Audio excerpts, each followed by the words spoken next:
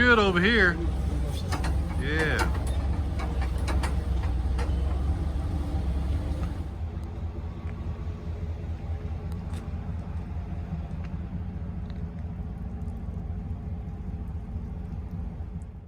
Welcome back to the sawmill, friends.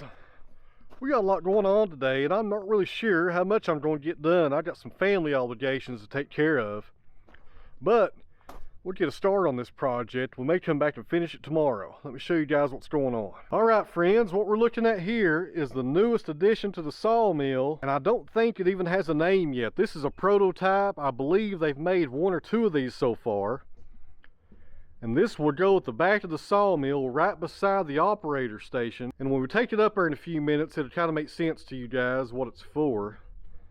But I'm really looking forward to using this thing. I've been talking to Wood-Mizer for a few months about this design. If I give it a good review, hopefully they'll offer this for sale in the future, because I think this is needed for sawmills, especially ones who have the drag back option to bring the boards back. So we'll come back here in just a second and pick this thing up and take it to the mill. Right here is what me and Dad have been up to lately, sawing some 2x4s. Those are 10 feet long, and some 2x6s. We'll load these up and take them down to the barn, and I'll show you guys the progress we've made there in the last few days.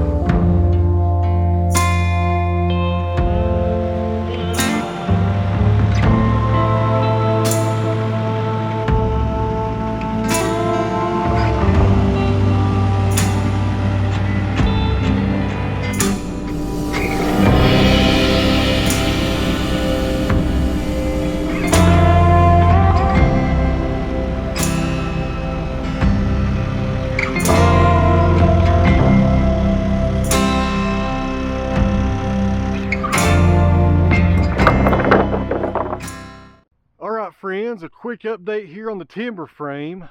It's going pretty good. I've not filmed a lot of it lately because we've been working around the rain, and it's just hard to get up here and set cameras up when you're working on those trusses up there. But this is where we're at. The first 2 vents are complete now with trusses on both of them, but it looks pretty good. I'm happy with it. This is how it will look on the inside when it's finished. Of course, you won't see those trusses up there. I'm going to have a drop ceiling on top of these joists right here, so the trusses won't even be in sight. So it'll look real nice. And another question I got was the pad that we poured for the kiln last August. How's it doing, and what are you going to do with it? Well, it's doing just fine. A lot of people beat us up on that video about not having any rebar in it. But as you can see, it looks just fine. There's no cracks. There's no issues here. Everything looks good. As far as what I'm going to do with this one, I have no idea. I've not even thought about it.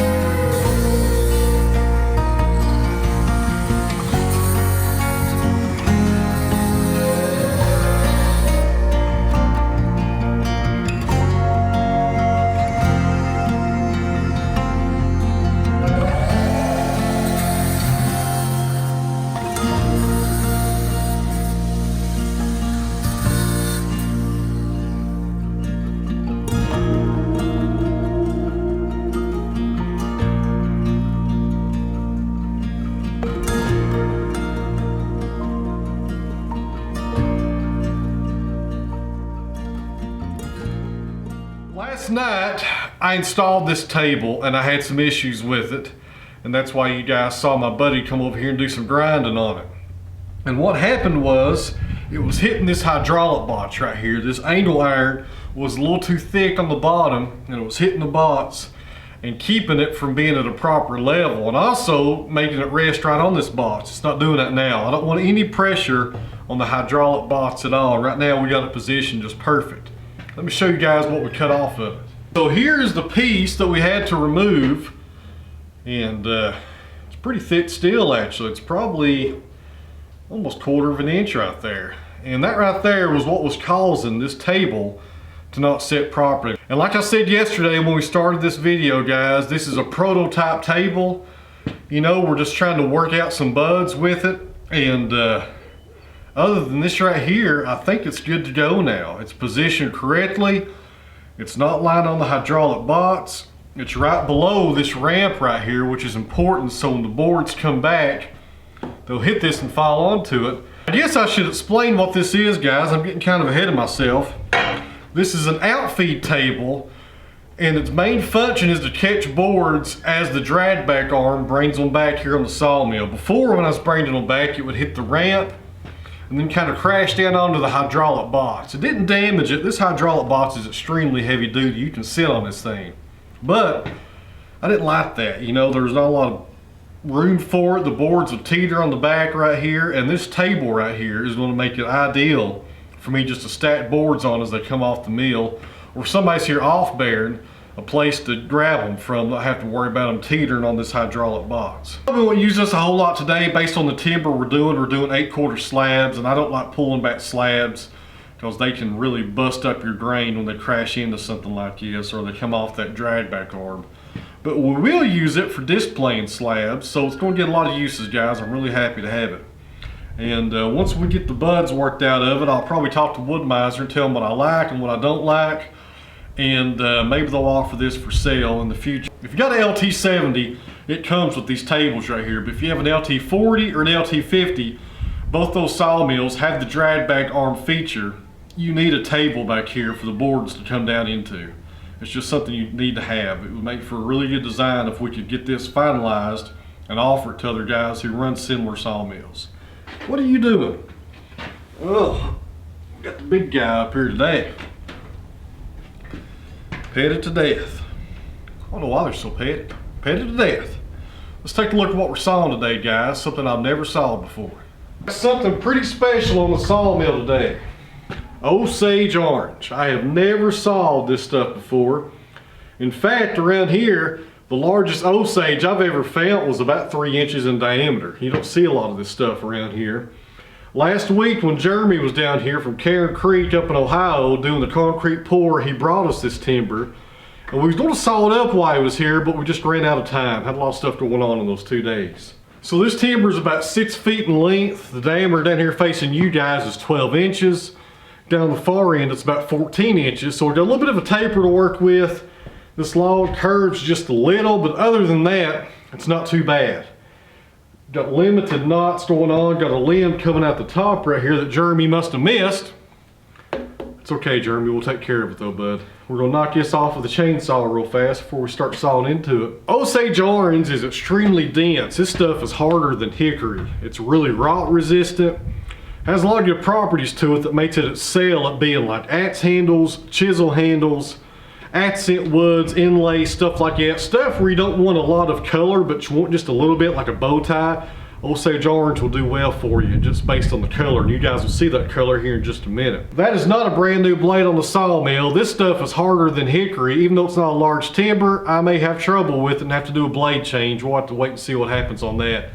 I'm running a 4-degree 055 Wood-Mizer double hard blade. It's been on there for the past week or so. So it's probably sawed up a few hundred board feet already. And based on what I've researched about osage being so dense and as hard as hickory, I may have a tough time with it. We'll see what happens.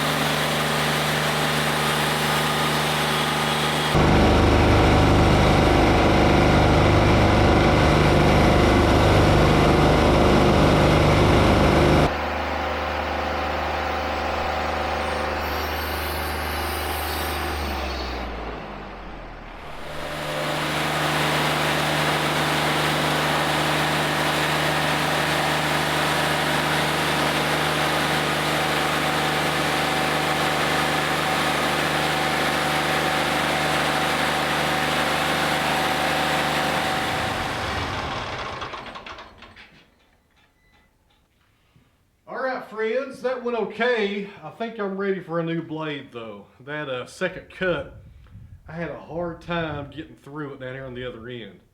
But other than that, not too bad. This stuff is dense, let me tell you. It is extremely, gosh, that's heavy right there. Let's pull these off the mill, put them on the brand new outfeed table and take a look. Not too bad.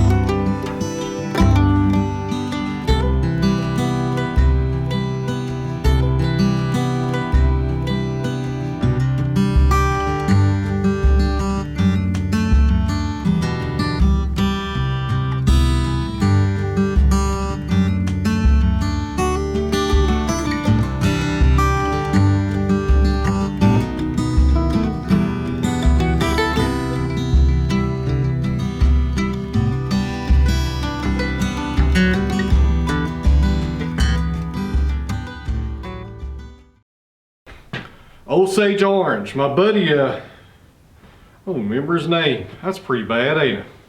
Jeremy's his name, my goodness. My buddy Jeremy, who done the concrete pour for us last week up from, I don't know where he's from now. First, I don't know his name, I don't know where he's from. That's pretty bad.